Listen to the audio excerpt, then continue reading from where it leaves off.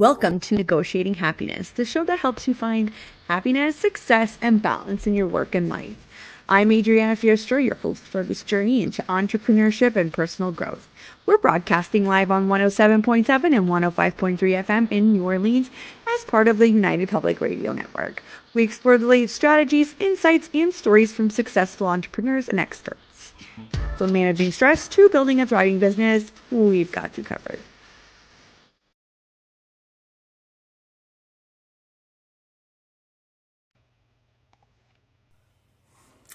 Good afternoon, everybody. This is Negotiating Happiness, and I'm your host, Adriana. We are broadcasting live on the United Public Radio Network and UFO Paranormal Radio Network at 105.3 and 107.7 FM in New Orleans.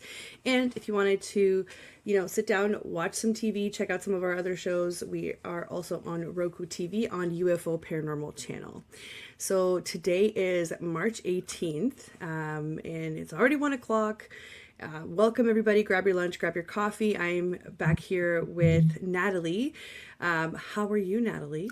Hi, I'm good. Well, I mean, you know what? To be completely frank, I'm all right. I'm 23 weeks pregnant, so I'm keeping on, but I'm good. I'm excited to be here today.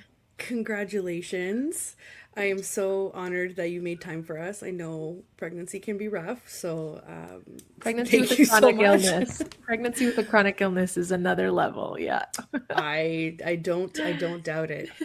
So thank you so much for being here. For those of you who remember Natalie, she was on last year and we talked about digital marketing and all of that good stuff. So let me do a quick re-intro of Natalie. She is an accomplished founder and CEO of S&S Creative, a multiple six-figure digital marketing agency. With her Bachelor of Commerce, honors degree in marketing and international business, Natalie has built a solid reputation in the industry. She brings over 15 years of experience, having worked with multi-million-dollar organizations to her own company. She's also a certified breathwork facilitator. Natalie's authentic approach to showcasing the behind the scenes of her personal and professional life has helped her attract over 30,000 loyal followers. Her work ethic and ability to deliver results have earned her a name as a trusted expert in the field. Now, Natalie is dedicated to sharing her expertise to help entrepreneurs grow their businesses through effective digital marketing strategies that actually convert into dollars. And her boutique agency has already helped numerous clients achieve measurable success online. And overall, Natalie is a true trailblazer in the digital marketing world, and her passion for helping others has made a positive impact on countless entrepreneurs looking to achieve their own success. And I also wanted to mention that Natalie also has her own podcast, and it's called Sick and Successful, where she speaks to different people who have different chronic illnesses that have, become successful and continue to help others kind of understand that limitation doesn't have to mean a limitation over everything, which is very inspirational. So if you guys want to check out her podcast, check her out on Spotify. Google, Apple, really anywhere you listen to podcasts. Anywhere, but I have you saved on Spotify. So. I love it. That's amazing. So I wanted to chat and to see, what have you been up to lately? Yeah, there's been a lot of things. I think this last quarter in business was our busiest quarter, and then this one is one of our slowest. And so we've used that time to really slow down and take a step backwards and redefine a lot of processes in business and things like that. But I've also started writing a book, and I'm about 85% done, I would say, of my shitty first draft. Hopefully we can swear here. Yeah, you're good. So I'm pretty excited about that. It's been a whirlwind of a process, but it's something I'm super passionate about right now. So yeah, that's where I'm at. That's amazing. So what was the reasoning? Tell me a bit more about your why for the book. The book. So the book has always been in me, and I am a public speaker. I talk on stages. I have clients. I do all that kind of stuff. And the story's always been the ethos of almost everything I do. The podcast, the company name is S&S. Everyone who works for us is either sick with a chronic illness, takes care of someone with a chronic illness, or is a stay-at-home mom. So it's kind of wrapped into every aspect of life or business for me. But the book in and of itself has always been there. although English was my third language, so I learned Polish first, then went to French immersion. Then I always say I learned English on the playground. I never considered myself an author, but I knew I had a book in me. So I explored a bunch of different things and like ghostwriters and traditional publishing and hybrid and self publishing. And I kind of always just felt like when the right opportunity comes to me, I don't know if you know human design, but I'm a projector. So I was like, when I get Okay. invited to write this book, I will write this book, but I'm not going to push it and like be, like trying to write a book and have no idea how to do so. And so Right. I just met somebody who had like a weekly thing, and I am a part of it, and it's been really cool. So like I started that in and around November or October, and the book should be done by the end of April. Not ready to publish, but ready to start the publishing process. That's amazing. And I do know a little bit about human design, and I forget what mine came up. I don't think it was a projector. I forget what it No, was. I projector is have like one of the lowest, like it's only like 3% or something.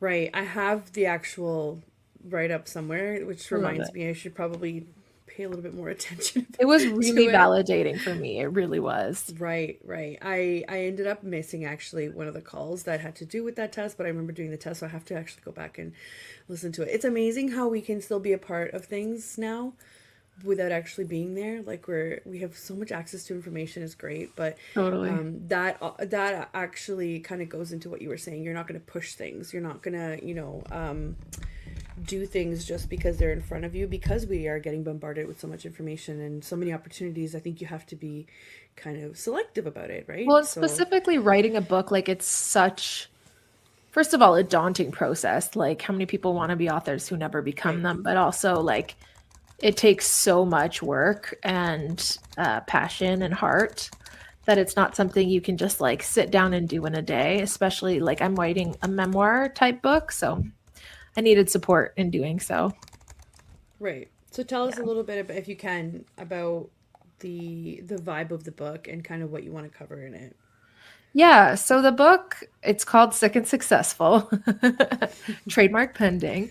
Yep. And it's very much a memoir. So it is my story of going back to when I was diagnosed, some crazy things that happened to me, um, all throughout that journey and all the hospital stays and all the things that took me to starting my own business, where there's a lot of roller coasters and ups and downs and really deep personal stories that I even like some of the closest people to me didn't know. Right. And then how I started this business, that kind of stuff. So when I was first diagnosed, or even when I was like 10 years in but really sick, I always wished to, like, I love to read, and there was never any books where I felt represented or I felt like I can relate or like, wow, that's inspiring, or I would love to, like, do that one day, or wow, she traveled all 25 countries or whatever while in the middle of a flare, like I can do that too, like that kind of stuff. So it very much so is, number one, to get the story out of me and a Right. healing process for me, but number two, to inspire others of what's possible. Not to teach about chronic illness, not to give like any health advice or what I did was right or wrong, but really to show like it's possible for you. That's right. And that's important. I know you mentioned healing, and a lot of people probably feel like we get bombarded with that type of verbiage so often now online that people don't really understand how powerful that whole process is, and how we can propel you forward, right? It's Mm-hmm. not just about being woo woo or about, being all sensitive or feminine, if you will, right? Depending on how you feel about it. It's about taking the time to process all of the things that you've gone through and to really analyze them and say, I did well in the following areas. I could have improved here, but also, wow, what an opportunity. Like that, even out of the worst parts of your Mm-hmm. experiences, beautiful things can happen, Totally. right? And I So, get, there's moments in the book where like it gets dark and it's tough. Like I really go into some of the medical trauma I've experienced, and like the way that I write, I've really realized that it's very like uh it feels like you're in that moment with me, because I'm even like I don't know. I'm in a peer review group, so this is what they echo to me, but I really have a unique sense of showing what I was thinking in the moment while explaining the situation. And so it's, yes, the book is inspiring, but it's also relatable for anybody going through any type Mm-hmm. of chronic illness, of like how dark it can get and how sometimes you let really shitty people in your life do shitty things, and you can still get past that and work through it and still Yeah. create a life that works around you. Like there's moments where corporate rumors were spread or stuff like that was happening in the workplace. And I go through all of that because I really wanted that. Like, past me would have loved to have a book to see shit. Like, it's not just me, it happens to Yeah. others. Yeah. And not that like I handled everything in the best way, but I got through it. And you can relate to other people who are reading the book and maybe have a book club with other people who have chronic illnesses, things like that, and go through it together. And so it's been really healing for me, and I hope it'll be healing for others. For sure. And isn't it wonderful how far you've come and you're able to even say the words like, hey, past me would have really loved this, For sure. right? And it's not about like tooting your own horn. It's about doing the whole, like the typical of like, grab your 12-year-old self and tell her it'll be okay. But it's true, and it's actually such a it's it's just like a way to help you like move forward. So even for people that haven't been through this, or maybe they know and have family members or friends or whatever they're going through it would be such a great tool to have to kind of understand, be like, listen, sometimes it's not about me, the way they're living their life or whatever it is. We just need to be there for them. Yeah, and I Sometimes don't it's even just the mind. situation. Totally. I don't even mind tooting my own horn because, like, to get where I am today, next to impossible through the stuff that I went through. And a lot of the time I was like in survivor mode. And so, like you said, it is such a cool book for people who have someone in their life who has a chronic illness or a friend or something like that. Because 90% of the time when I was in the worst of it, nobody around me knew how bad it was, other than maybe my husband, boyfriend at the time. And Yeah. so it really, and I hear this about my podcast all the time, is like moms of children with chronic illness or stuff like that are like, thank you so much. Cause it's so hard to relate as a caregiver. And I always say being a caregiver is sometimes harder than being the chronic illness patient, in the sense that we know we can't control our pain and we have to suffer through it. We have no other choice.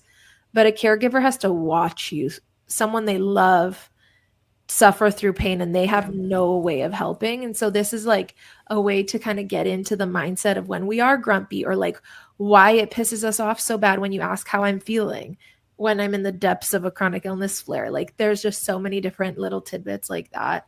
Yeah. And yeah, so I don't mind tooting my horn of where I've gotten. And that's why I feel like it was put on me, on my shoulders, to share this journey in a book, even though English was my third language, even though grammar sucks. Like I'm paying people to fix that in the book. But I That's think it fair. was like universe, God, whatever you believe, put it on my shoulders because I don't mind tooting my own horn. Like I teach in university. I got a degree in marketing. I started a successful business with 16 entrepreneurs. I've had a podcast for X amount of years. Like all of that is something that so many people with chronic illness aspire to. And I'm not done. Like I'm still sick. I still make mistakes. I still suck. I still fight with my husband. Like there's so many things, but I do want to, like, I want to normalize women tooting their own horns. Yes, yes. And that's, it's funny that you pointing that out is just another example of why we've been trained not to toot our own horns. We've been trained to just sit there and be quiet and be helpful, right? Instead Exactly. of take charge. You're right. You're 100% right. And you caught me on my No, misogyny it's right all there. good. But it's so true. Right. We've been taught not to. And like that, it's like, Hmm. oh, I should be Hmm. quiet. But I'm like, heck no. Like this was hard. This was Right. hard. And it's Right. going to be hard for whoever wants to follow in my path or make their own. Hopefully, make their own. But Yes. it's going to be hard. It's not that it's easy, but it is possible. And that's kind of like the whole mission of everything sick and successful, is that it's possible. Right. Because it almost feels like there's not enough people saying that. It's like either it's woo woo, like manifest it and you'll get it. Life will be great. Just be happy, self care. And then there's like What a chronic illness, great summary. right? I love the self care at the end there because I talk about this too, and I'm like, People get so triggered about these words now because they've been misused for so long. But Exactly. it's true though. It's true. Um, we've got a comment here from Azul Education. That's from Helen, and Helen says, "Thank you for sharing your story. Thank you, Helen. Thank you for tuning in, Helen."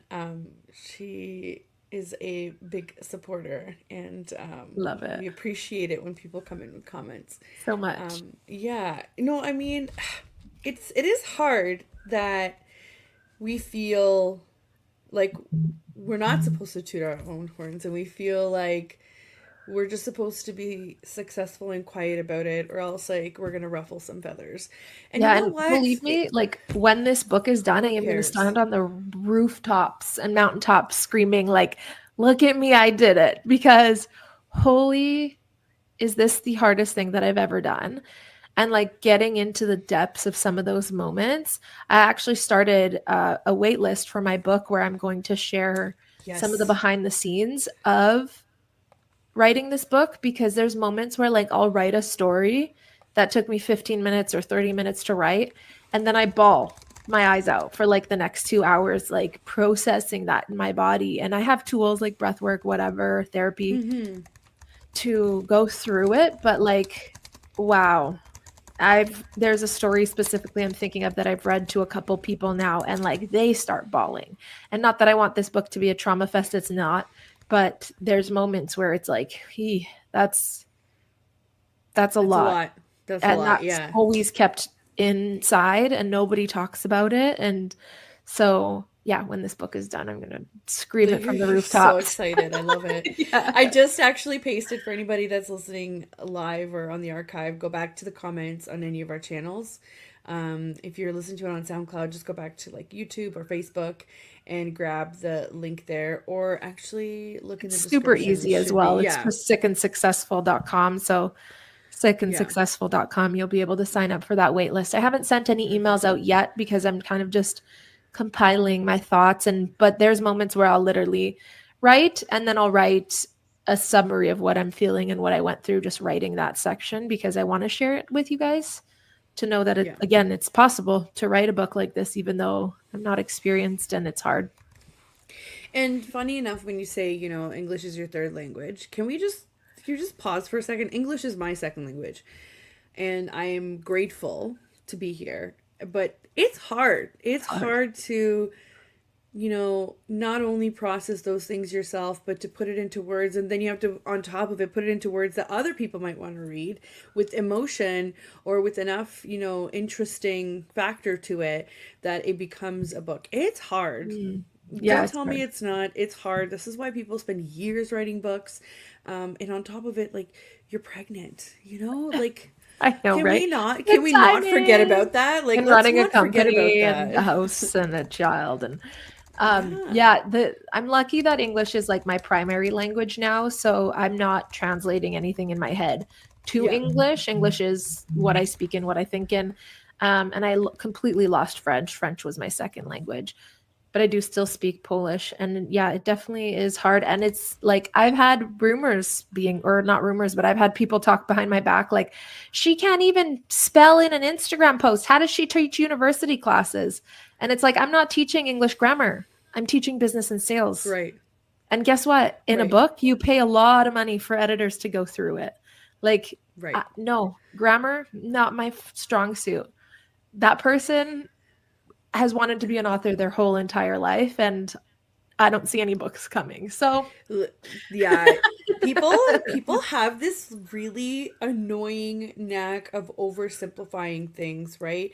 And it's kind of like, listen, your favorite celebrity has a ghostwriter. Your exactly. favorite, like your do you think that anybody who's in academia, like, they have assistants upon assistants? Like, it's Like, do not you think Prince William wrote his own book? No, he actually right. fought, and I've heard the story somewhere. I hope it's not like I'm not allowed to share, but he fought against parts being taken out and put in because he wanted it to be like more glamorous about him. Like, no, he didn't write Right. his book. He probably Right. verbalized it or transcribed, like, that, or somebody put it together. There's like so many different ways to get a book Yes. done. Yeah. Yes.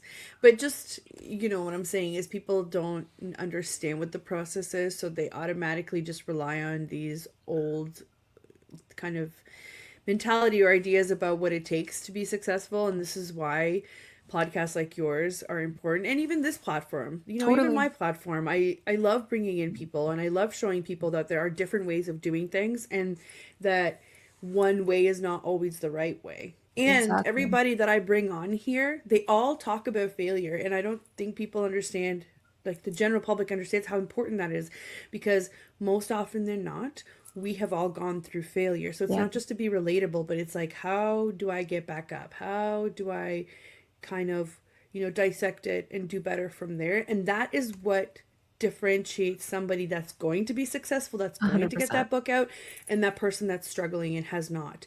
And it's been years, A right? 100%. It's how 100%. you get back up that defines you as a successful person. You can't Yep. convince me otherwise. It's not the awards, it's not that's after. That's like the after. What people don't see, that there's like a curtain in between like the public and the awards and the fame and the success and the money, and then behind that curtain is all the like, you're all beat Trials, up and tribulations. bruised Yeah. and like blood, sweat and tears, you know what I mean? Literally. That made you kind of go on the other side of that curtain. Yeah, and So I entrepreneurship, business, life is yeah, not easy. Like even after you start getting awards, you still fall. And after, like I call myself successful, yes, because this is my version of success, the life I'm living. But like being completely honest, this is our slowest month in business ever, and it's terrifying. And right. sometimes I don't know where payroll is going to come from, and I keep going and I keep pushing. And yes, I have looked at job boards to see if like that looks better, but I quickly realized that grass is not greener on the other side, and I keep pushing and keep. It's why like 90% of businesses fail in their first 5 years, right? Or 80%. I forget the statistic, but it's Yeah. a high number Yeah. within their first 5 years for this exact reason. Business is never going to be easy, just like life's never going to be easy. Like, do we know a single person who's not had a traumatic event in their life? No. No, but you know what the difference is, that everybody does life because there's no option, but you have Yes. the option to not do business, and I think that's what sets you apart as an Yeah. entrepreneur, right? And you're right, the rate of failure is astronomical, and that's why, exactly why I wanted to start this platform, to say don't let that deter you, because even the people that are successful, they've all gone through this too. And Exactly. this is more relatable than the whole, like, I'm not going to say names, but there's a bunch of celebrities, very famous family. They're all calling themselves like self-made, and I'm like, well, were you really self-made when you kind of had like a couple of million stashed in the family already? Right. That's debatable, right? But we're literally like, no, no, we started out with nothing. Yeah, like when you're comparing the price of grocery items for the first time in your life and you're like, ah. Yeah, yeah. Yeah, Like we started. I'm sorry, I've couponed before. right? I'm just saying, right? I've dumpster dived for a long period of my time. But to be honest, I was working a full-time corporate job and like was mine and my husband's date night because the amount of things they throw in the trap, like we would dumpster dive at Michael's almost once a week when we were younger because I literally found boxes upon boxes of Christmas lights, which I would then sell on Kijiji at the time, Right. Facebook Marketplace. I found mannequins that I've sold for hundreds of dollars. I love to craft. I found boxes of, and like they literally will put why it's thrown out. So the Christmas lights was like, I forget what it was, but like stuff that didn't, oh, the box didn't have French or something like that. Like the craziest stuff. And these things are going into the dumpster. So like I've heard no about shame. this. Yeah. Now it's all over TikTok and Yeah. everything. I'm like, oh man, I was You're like, I early was to doing it this before it was game. cool. Yeah, before it was cool. But like it helped Yeah. us when we were living in a one bedroom basement apartment. Like no Yep. no shame to my game. Like, I would still do it to today if I hadn't hurt trying to get into a dumpster and like don't really know Natalie. where I would do with any of that stuff. Give it to someone who needs it, but Right, literally. right. But but that's exactly it. It's kind of like your life is always changing. There's ebbs and flows, there's ups and downs. It's never going to be any different. We're just trying to kind of get out for the next step, right? So what's the Exactly. next step? Like your book is the next step. You're Stages. and you're saying I'm not done. I'm not done No. after that. There's always going to be something else, and that is the drive of an entrepreneur, and I love Exactly. that. It's never going to be easy, because if it was, then everybody would be doing it, right? So Well, this and is there's such why. there's such moments where you almost feel like, for example, I was convinced I would be talking at the TEDx conference in Winnipeg. It's in June. And I was like delulu about it. I had a TEDx coach. We were working together. I'm like 100% going to be on that stage. Why wouldn't they choose me? Like my story is Right. phenomenal. I'm a great speaker, but they didn't choose me. And I was so like devastated about it when I got the email. I didn't even get chosen for they in Winnipeg. They don't normally do this in other places apparently for TEDx, but in Winnipeg they had like a almost like a talent show round where they picked some people and then they cut some people, but I didn't even get picked for that. And I was like, F TEDx. I don't want to do it anymore. Rip it off my vision board. But I didn't rip it off my vision board. I took moments to like settle in and hey, I am so sick right now with my pregnancy that I can hardly sit at this desk and get this interview done, never mind everything else that's on my to-do list. If I right now had to be practicing for a TEDx talk, I would not do great. I would be so burnt out. I would be so sick. And so there's moments where like it feels like a failure, but it was actually a lesson learned. And so catch me on a TEDx stage next year. But it's not this year, right? So there's moments where like even you think you're like, oh, I got this. I'm going to do so good. And this is for me. And this is the next step in business. And it's not. It might not be. And that's totally cool. Like to me, that's maybe you can call it a failure, maybe not.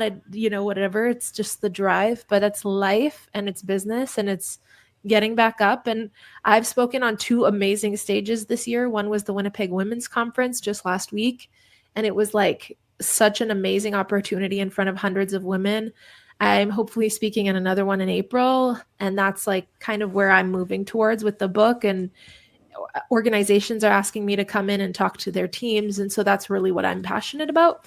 But it doesn't mean that I have to be on a TEDx stage within a couple of months of deciding that this is my new focus, right? Like, yeah. But it's just funny how sometimes it takes something like that to kind of check yourself or to say, I need to slow down. Like I need, you need to be in your best form next year and for the next 60, 70 years. Exactly. So you can't do that to yourself. So there is that kind of balance of either you want to do it all or you're not doing anything, and it doesn't have to be like that, right? Like it doesn't have to be like that. It can be completely measured. And no, I wouldn't call that a failure that you didn't get on TEDx stage. It's like that's amazing that you were even at that point, right? Thank you. But there's always next year. Exactly. And the year after that, and places all over Canada and the States. Like it's, no, totally. for sure. And I mean, why would you not take the time to make sure, like you said, to make sure that you are going to be the best on there? Because imagine you weren't, right? I think that would be way more damaging than not having been on it at all. Exactly. Right? So I totally support it. Let me know when it happens. I will. Everyone will know.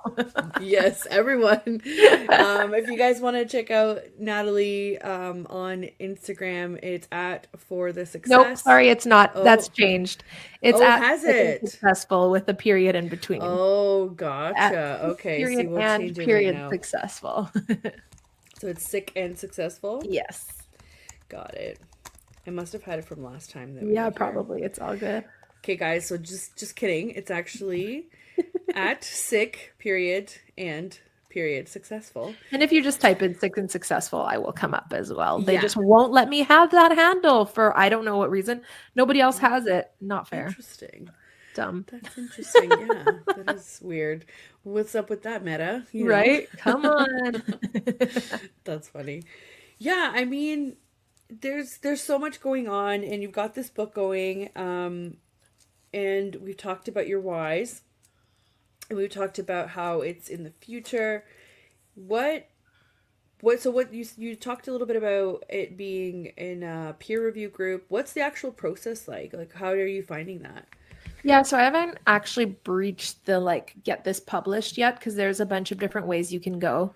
But that's the tough part about getting a book out there because there's so many ways you can do it. And so you can look, there's a book on on Audible on Amazon. I believe it's just called Publish Your Purpose, but it is through the person that I'm in her group right now. And it teaches you like all the different ways to publish your own book. But what I've learned is traditional publishing. So like, I'm not going to name them, but we all know the Yep. traditional publishers. Big publishing houses. Yep. Yeah. So you essentially get paid hardly nothing, but you get paid it in advance. First of all, you have to write a big proposal and get approved by them, which is a whole process. If you don't have an audience, you essentially won't get approved, or like some kind of something that shows them you have an audience. And then if you do get approved, then it takes years for your book to come out, like years and years. They are going to edit your book in whatever way they want to. So you don't have very much say.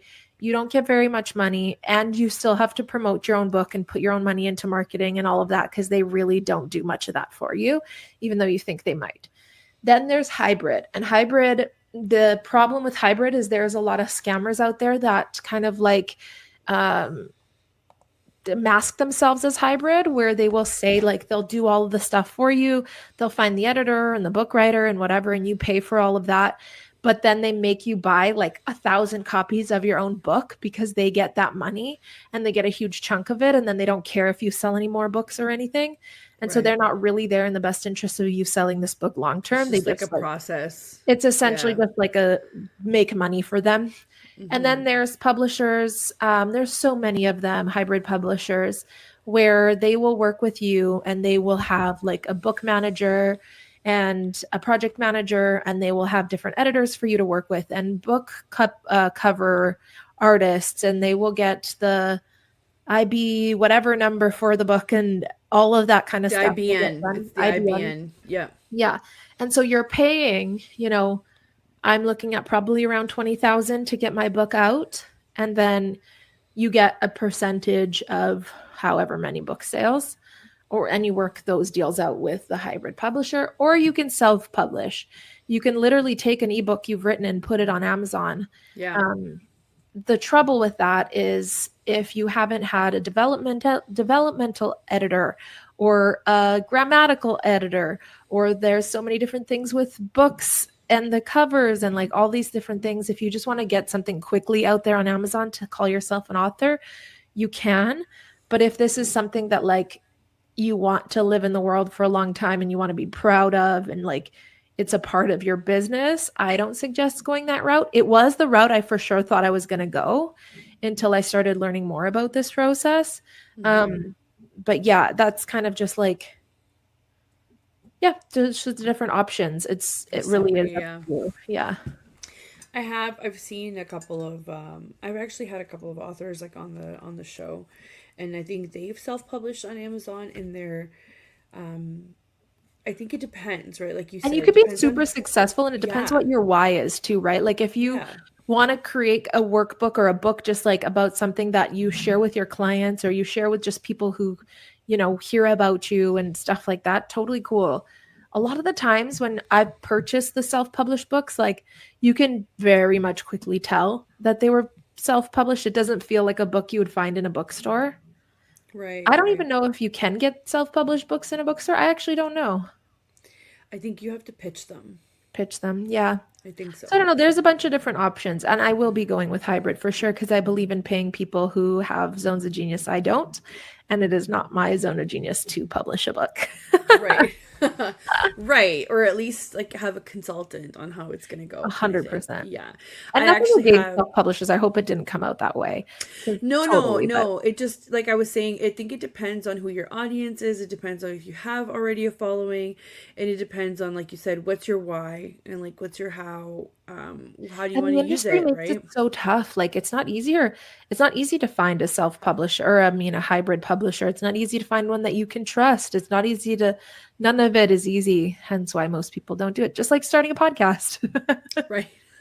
Yeah. None of it is easy. That's right. That should be like the theme for everything.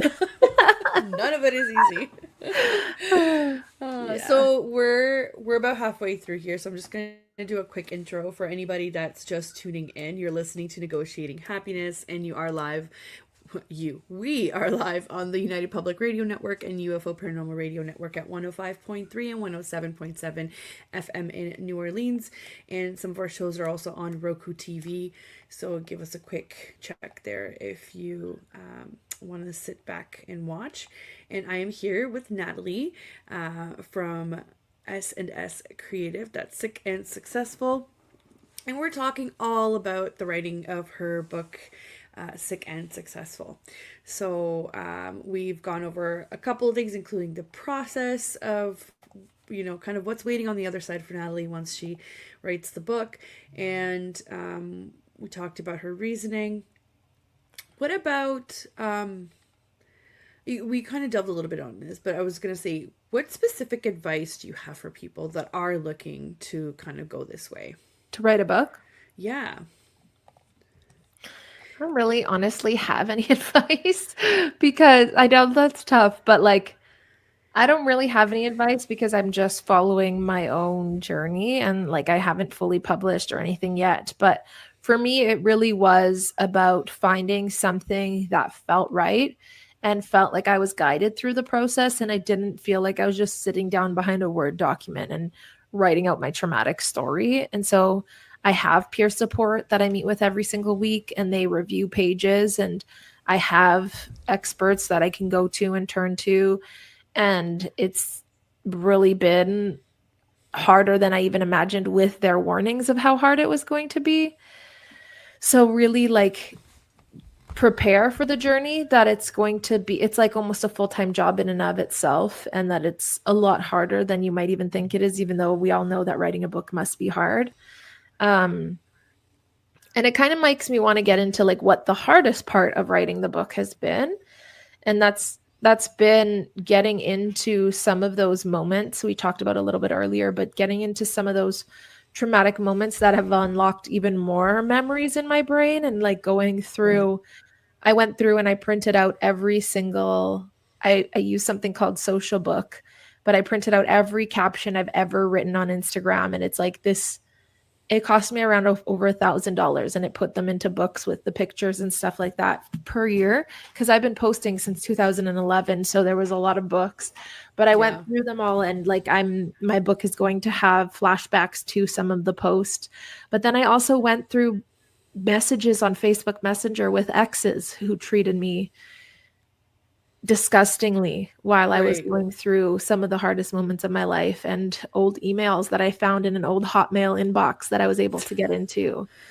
And Oh my God, I can't imagine what the Hotmail inboxes all contain at this point. Right? I got in and I was like, oh man, like if I knew now, or if I knew then what I know now, this shit would have not looked the same.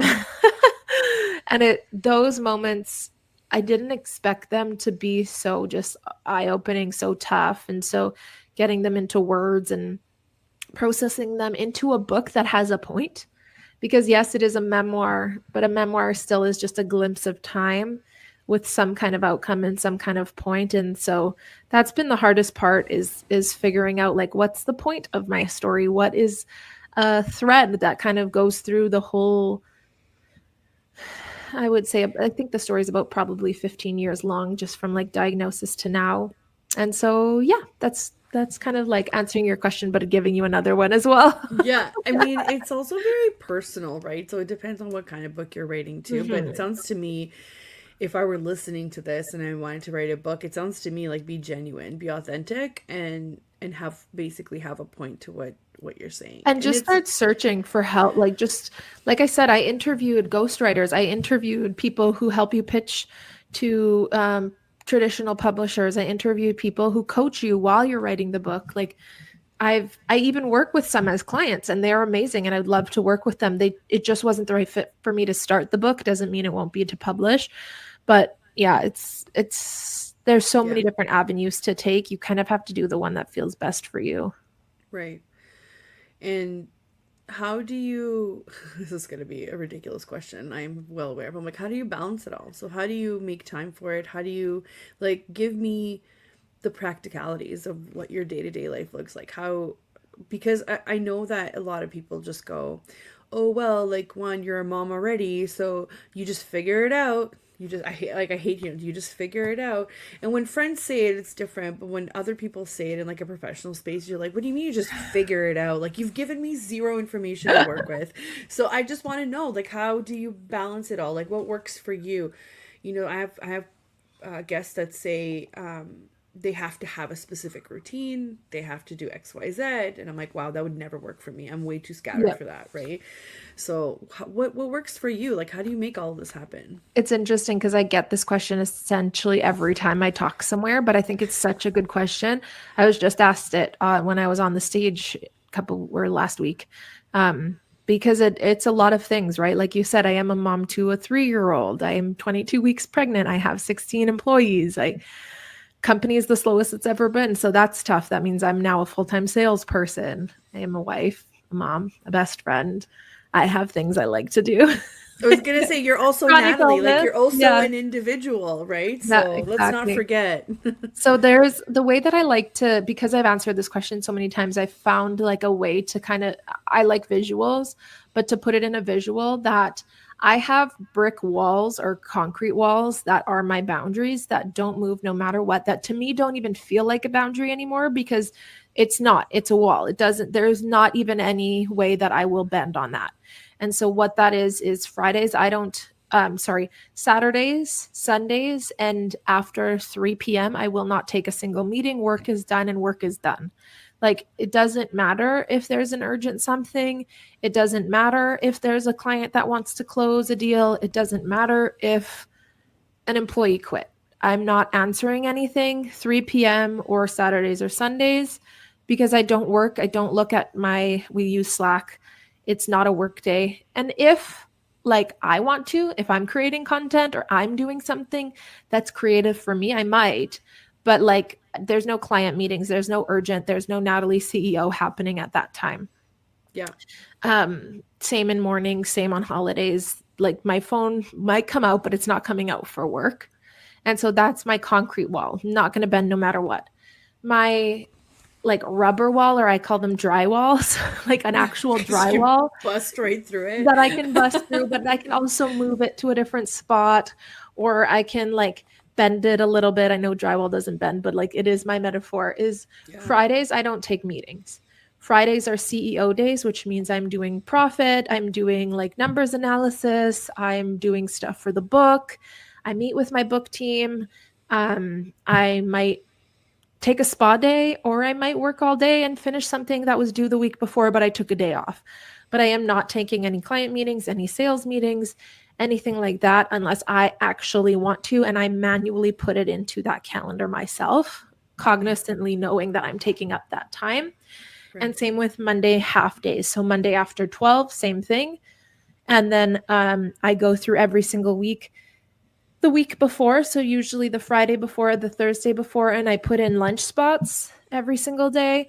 And if there's more than 3 or 4 meetings, I'll book off the rest of the day. Or if there's a project due, I'll book off the rest of the day. So that's my drywall. I am need it to be flexible. So I don't have a lunch at the same time every single day. Sometimes it's at 11, sometimes it's at 2, sometimes I don't. And I finish at like 3 and then I take whatever. So, but Yeah. I put that in the week before because if I don't, I end up having 6 back-to-back meetings and having to reschedule, which has happened literally last week. But I'm human, so I do my best. When business is slow, it gets closer to that wall, like closer to my boundaries. They get bent and pushed a little more than I like. And then on top of that, I get a massage a minimum of once a month. And like, it's been, I got one last week and I've tried, or the week before last week. And then last Friday, I was like, it must have been a month ago. I need to book one. And I'm like, oh man, okay, I'll push it to next week. So like when I get more burnt out, it's every couple of weeks. I do go get my nails done when I feel like it. I take naps in the middle of the day if I need it. I will reschedule things without feeling guilty. So those are some of the boundaries. Where it comes to writing, I've really felt out where I can write the best. And because the stories that I was writing, I've gotten most of those out, were so traumatic, I realized I couldn't fit them in my day because it would be really, really hard. Yeah. And so I started writing kind of like when my daughter would go to bed at around 8 p.m., I'd write for half an hour and an hour and then watch some stupid YouTube to de-stress but I would put in every Friday, I set goals for what I want to get done for the book the following week. And then I go and do that. And then I have set up weekly meetings with my team so that I'm accountable to things there. And I use my Google Calendar to keep me like if it's not on my calendar, it doesn't exist. So that's kind of Yeah, how it I works. can relate to that. If it's not in my calendar, it doesn't exist. It's not that I don't want it to exist, but I am human and I cannot possibly hold on to all of that information. Exactly. But this was such a great and, thorough response, because I can relate to a lot of it. And while I used to be on the side of like, oh, I can't have these concrete boundaries because what if, right? And it's like, yeah, but there's always going to be what ifs, and people are just going to deal with it. And you get to the point where you're like, but if I don't put those boundaries in, there will be Exactly. no more Adriana to deal with the what ifs eventually. Exactly. So I know that people are, and I feel like this all the time too, where I cross my own boundaries because I feel like I'm behind. So that's when I had to kind of have to like take a step back and be like, why are you behind? Yeah.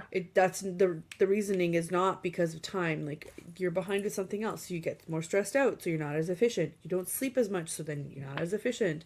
You don't take the time to plan ahead. You're not as efficient. So that's a really good point. I used to have this habit that has kind of died off a little bit, which I'm sad that it did, but it evolved. So I'll explain. I used to have that where I would sit down and for the next week I would plug things in for the week ahead. I still do that if I have to be somewhere, but it kind of died off a little bit because then things got really busy. So instead now I just use my scheduling links, which do kind of the same thing like you were saying, right? I'm sure you do the same thing, where we're not going to have discovery calls on like Yep. Fridays or Mondays. Like Mondays are like my CEO days. It's just the show and like, whatever else. And we're only going to have a couple of slots in the morning and the afternoon. We're no longer going to open up entire days for meetings because they do get booked up so fast. And it's daunting. It not that I don't want to talk to everybody, but I have had days where I'm 3 meetings in and I'm like, I want to go to sleep and I can't. And then it's like, oh, here's another meeting. Here's the fourth meeting. And then you're like, I've done no client work. Yeah. Right. So it is important to figure out your schedule in an ideal way. So I don't care if people are like, yeah, but I'm not at my ideal pace right. It doesn't matter. Figure it out. What's your ideal schedule? And literally just start trying to live like that. And even if you fall off the bandwagon, it's okay. Next week is a new week. Try again. Yeah. And that's where you put in place those concrete boundaries. Like for me, evenings and weekends don't even exist on a calendar. Like they're just not there. They're not available unless it's like we're going to a movie and I put it in to remind my husband or something like that. But like Right. they're not in there. They're not available. That's a different calendar for family stuff. I don't even feel a morsel of guilt because that's just, even when someone asks 4 p.m., I'm like, in my head, that's just not on, like, that's not an open spot on the calendar. So Right. those boundaries for me never get crossed because they don't even feel like a boundary. Like it Right. literally feels like it doesn't exist. Those days aren't there. I can't even if I wanted to. Mm-hmm. But then, Mm-hmm. of course, my other boundaries get crossed, and they get like if I showed you my calendar right now, you'd probably vomit. I vomit looking at it, and so I'm like, hey, I need to preach or practice what I preach and go through, and I did earlier today again, Yeah. even though I did it last week, but I did it further along. I blocked off the next 2 weeks because I have like a minimum of 4 meetings every single day, and it's getting hectic. So Yeah. I'm like, if all these people close, we're not going to have time to do it anyways. So I need to just slow it all down. Right. But we do Right. need to remember that our health is number one priority, and that includes burnout. Because yes, burnout is becoming very much of like a self-care word, where it's being almost used a little bit too much, but it is so real in our society with like the economy the way it is, the food the way it is, the everything, the news cycles the way they are. Like, I don't know if anybody isn't burnt out. So we need to Right. reprioritize It's ourselves. it's it's interesting because it has long lasting effects. So it's Mm-hmm. not just like you have the stomach flu, so you're sick for 24 hours. It's not like that. No. It literally changes your brain chemistry. Yeah. It literally changes the way you look at things, what makes it worth it for you. Again, half of the show was I want to show people that you can be happy and can do things your own way and can run your own business the way you want to because of all the blood, sweat, and tears that come with it. But it's such a fine line between doing that all the time. I'm completely burnt out. I had, and I've said this on the show before, I've had a really, really busy December and I was super thankful for it.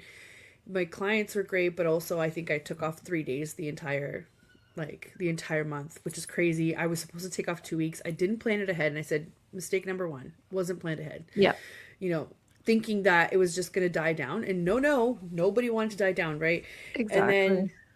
and then I made the mistake of I actually booked time off, which was not that wasn't the mistake. The mistake was it's all the way in June, right? So I now have to go from January to June with the idea, which is wrong, with the idea of like just a little bit longer, you'll get there. Instead of being like, hey Adriana, you just need some time off in between now, halfway through and then in June, right? Yeah. But it is hard, like you said, with the economy. Things have also been slow for me for this month. January and February were great, and I didn't plan. I made mistakes. I did not plan, and here I am again. So I'm still learning. I'm still trying to get better, and I am also experiencing these types of successes where you're like, this is amazing. This has never happened before. I'm hitting all these milestones. I'm hitting like, percentages looking great. And then all of a sudden you make mistakes again because again, we're human. Yep. Why am I making these mistakes? Because I'm burnt out and I'm I'm just like holding on to anything Yeah. that seems like a reward, right? Because if I wasn't burnt out, my logical brain would be like, yeah, this is a reward, but let's like dial it back because we're going to need this for later, right? So, but because you got nothing, Literally. And hopefully this is okay to talk about, but I yeah. being open about this because it reminds me about this is I was going to start my own show on this station, right? Because we had one of the Yeah. most listened to episodes. That was Yeah. amazing. Yeah. I'm like, "Oh my gosh, what an amazing opportunity." And then like that was a reward for me. Like how amazing to have my own show. Like I can't imagine. And I get to talk to Right. people every week. That's what I love. Get more people listening to Sick and Successful and getting that mission out. That's like literally what I'm all about. Yeah. But then I realized I had deadlines that I had to get things in and I wasn't doing them. And my team had been done for weeks. And I just needed to get a few things done. And I was like, I don't even have capacity to write a 200-word description about what this show is going to be about. How am I going to do this show every week and do it well? Like, and I realized no, and it doesn't have to be now. And I'm burnt out already. Let's not add something else because it feels good. Whereas Yeah. like you do need to do things that feel good, but balance the workload. And I'm gonna do it one day. It's just not today. And maybe instead I need to go and have a massage at that time every week. But what a great moment of self-reflection, right? And a Yeah. lot of people don't get to that. And it's kind of like, you're putting your hand in the cookie jar and you're smacking your own hand away to be like, hold on a minute, hold on. And I have to say this, like I've had some things happen in my life that have put things, not to me personally, but to really close family, friends, that have put things into perspective for me lately. And I can't stress how important it is to know, like check in with yourself. Yeah. Check in with yourself because it could all go away like this, Literally. right? So I feel like you of all people, dealing, with chronic illness, you probably understand even more what I'm saying, but I'm not trying to be dramatic. I'm not trying to discourage anybody from doing anything, but you can't do all those good things later if you don't take care of yourself now, Yep. Yep. Where none right? of us are promised another day. No, Yeah. no. And I mean, we have kids, we have families, we have friends. It's not just our goals or our aspirations. It's like we have lives Yep. that we want to take care of. So I'm really glad to hear that. And while I, would love to see you with your own show and that's still possible, you're taking the time to take care of you right now. And that is way more important. And it's not going to benefit anyone if I start a show for 3 weeks or 2 months or 5 months and then I'm like, can't do it. Bye. Like that's not going to benefit Right. anyone, including myself. I would feel so Right. shitty. So, and that's like, Right. that's an example, but that's with everything in life, I side think so. hustles, new things. It's like, self-care is a word, but we do need to prioritize ourselves. And that's Yeah. such a hard thing to do. Yeah. And I like to challenge people when it comes to that kind of thing. And it's like we always want to do more. And I'm always like, and I used to think that. I used to have that same exact mentality. I was like, it's fine. I'll just tack on more to get this done. But it's like, wait, why would you do more when you have a perfectly good system right in front of you that's working? So why can't you just reframe what you already have to give you that more, to give you that? And that's when different people of different professional backgrounds come in. So it's like you said, maybe scaling isn't my zone of genius, so I'm gonna need to get some advice. Or Yeah. maybe me handling social media is not really as beneficial as I think it is, so I need to hand that over. So you hire Or S&S Creative. exactly. So right, so that's what I'm saying. Like, it's hard when you're like, it's fine, I'll just have a side hustle, but your main hustle is already bringing in the bread. You just have to reframe it, rework it. Exactly. Your messaging's changing, this and that. So why would you not allow yourself the opportunity to still have those 2 3 measly hours that you have at night to just do whatever it is that you need to do and feel like a human, Exactly. and not take on another thing. But I get it, in this economy, like, have you seen the prices of eggs and I know. I fruit? I feel like the only thing that hasn't changed is the banana. Ah, Like, the banana's still, like 50 cents a pound or whatever it we're all just is. eating so Like, many bananas. I've literally talking to a yeah, friend of mine who's a lawyer yesterday and saying like both of us, because I've had a corporate job ever since I wasn't even done university yet. So I was yeah, making good enough money, right? And ever yeah, since that, which was 2011, I think I graduated, something like that. So many, many, many, many moons ago. And he's a few years older than me. He's a lawyer. He's like, I've never had to look at prices of groceries. And like, I know that's a privileged thing to say. It really is.